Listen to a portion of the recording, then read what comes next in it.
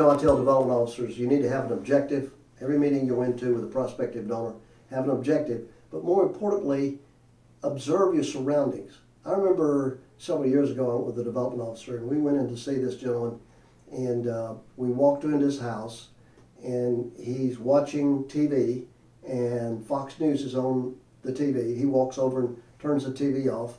Then I look up on the mantle, and there's a picture of Ronald Reagan. And of course, I don't mention politics at all.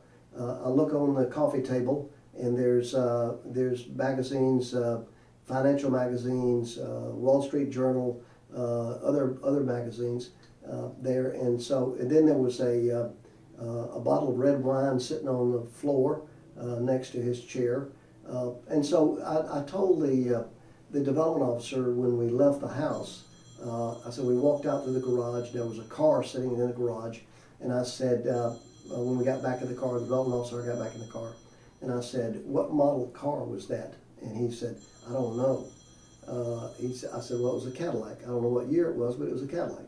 So when we sat down in the car, I said, okay, let's think about what did we observe in that meeting? What were we observing? So we made a list. We came up with 26 things that we observed. Now, I told you about the red wine. I told you about some other things. Now, I don't know what the red wine means, but I told the development officer it doesn't matter. It's a matter of training yourself to observe your surroundings. Then we go back to his office. We sit down, and one of the first things that we did was I said, you need to send this prospective donor some butter pecan ice cream.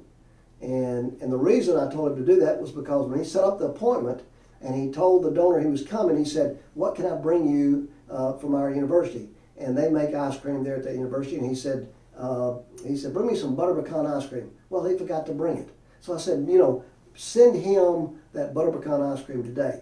But we sat there and looked at our 26 points that we observed, and then we were able to create a contact report, a call report. And, that's what helps you create a better call report or contact report. And those are important. What is a call report? A call report is a bridge between one meeting and the next meeting. So again, it's really important that you look at your surroundings, you observe everything. I'm not talking about writing notes down when you're sitting around looking. I'm talking about remembering it, getting back in your car, writing those things down. And then, then what we did was we said, okay, when we got our contact reports done, we sent a note to the dean, and we sent a contact report to the president. Remember one thing when you're writing contact reports: never put anything into a contact report that you wouldn't want the prospect to read, because there have been court cases where they have petitioned and received copies of contact reports from universities or schools. So it's important that you don't put things in there that you wouldn't want the prospect to read. So enjoy yourself, and when you're going on trips, have an objective, but be observant.